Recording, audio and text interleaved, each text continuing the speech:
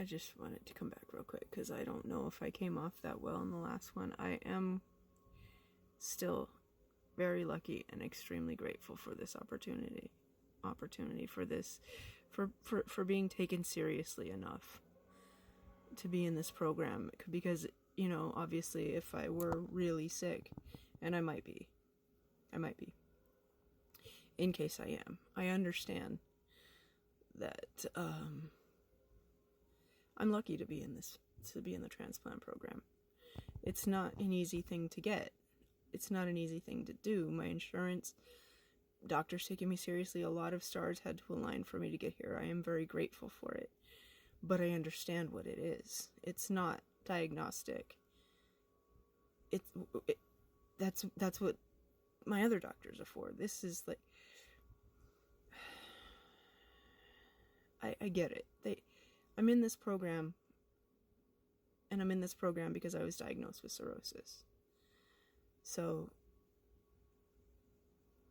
that's the information they have to follow, and there are things in my going on that are questionable. I would like to see if they've gotten better. Something tells me they have.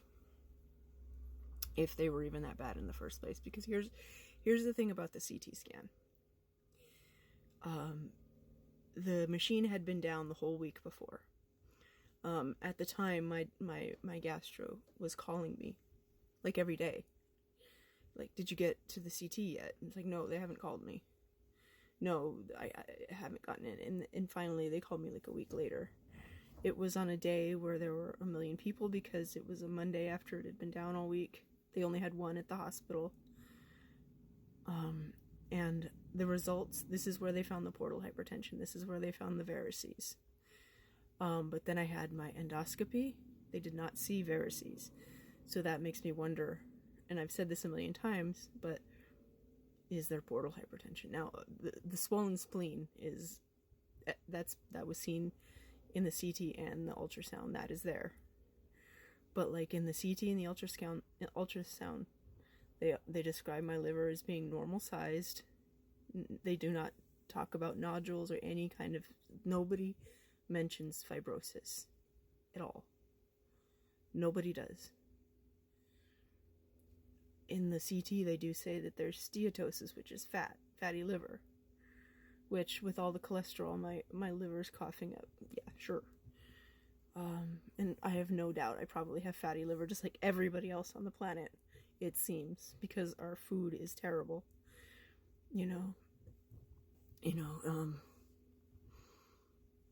But we try. I try to eat better. I try to do better. And when I do better, I get better. So, I do have gratitude, and I'm happy to do these tests in this evaluation, because I know I'm not going to wind up on the operating table if I don't need to be. That would be insane. I just have to go through with the testing and everything.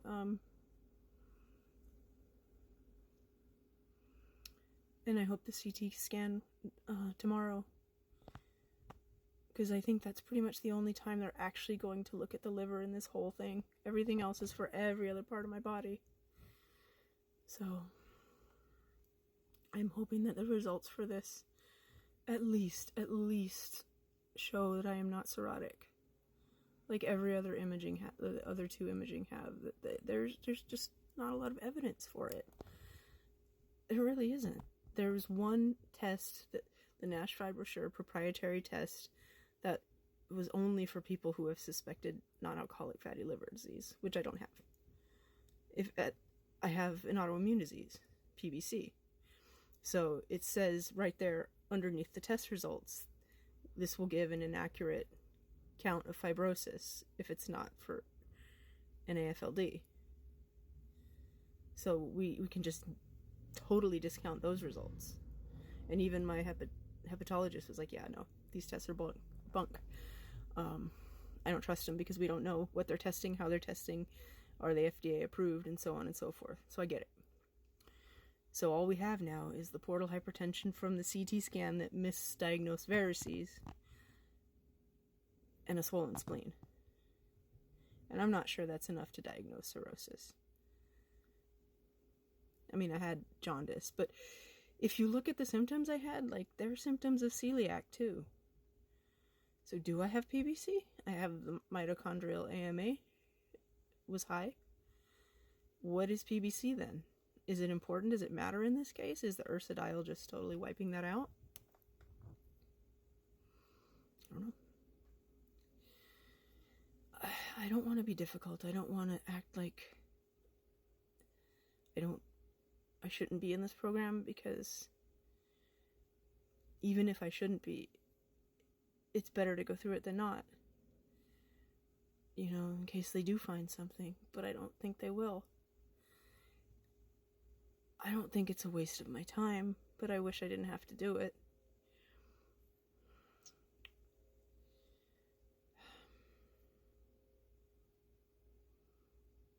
But it does make me wonder, in my case, because I don't think I have cirrhosis, how many other people have been diagnosed with cirrhosis that don't have it. Why do so many people have liver problems right now? So many people. Like, I can't understand it. Like, everybody's got something wrong with their liver. Like, everybody I talk to, even like techs at like LabCorp, they're like, yeah, I've got fatty liver. It's like, geez, another person? Like, what's going on? Why are our livers dying? Not dying, but you know what I mean. Like, why aren't we addressing this? Because people in their 20s shouldn't be at the Liver Institute at UCLA. I shouldn't see so many young people. I shouldn't see so many people younger than me on YouTube who do have cirrhosis, who are very sick, and who don't know if they're going to wake up tomorrow. Young people in their 20s and 30s. People here on TikTok, oh my God, it's overwhelming. I don't know what to do with it.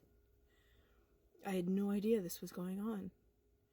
People who've had cancer, almost always, like people I know, come back a few years later with liver issues.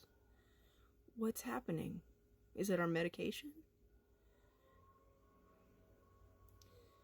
I mean, I'm not a doctor, I'm not a scientist, but when I'm reading all these medical papers and studies, I'm not really seeing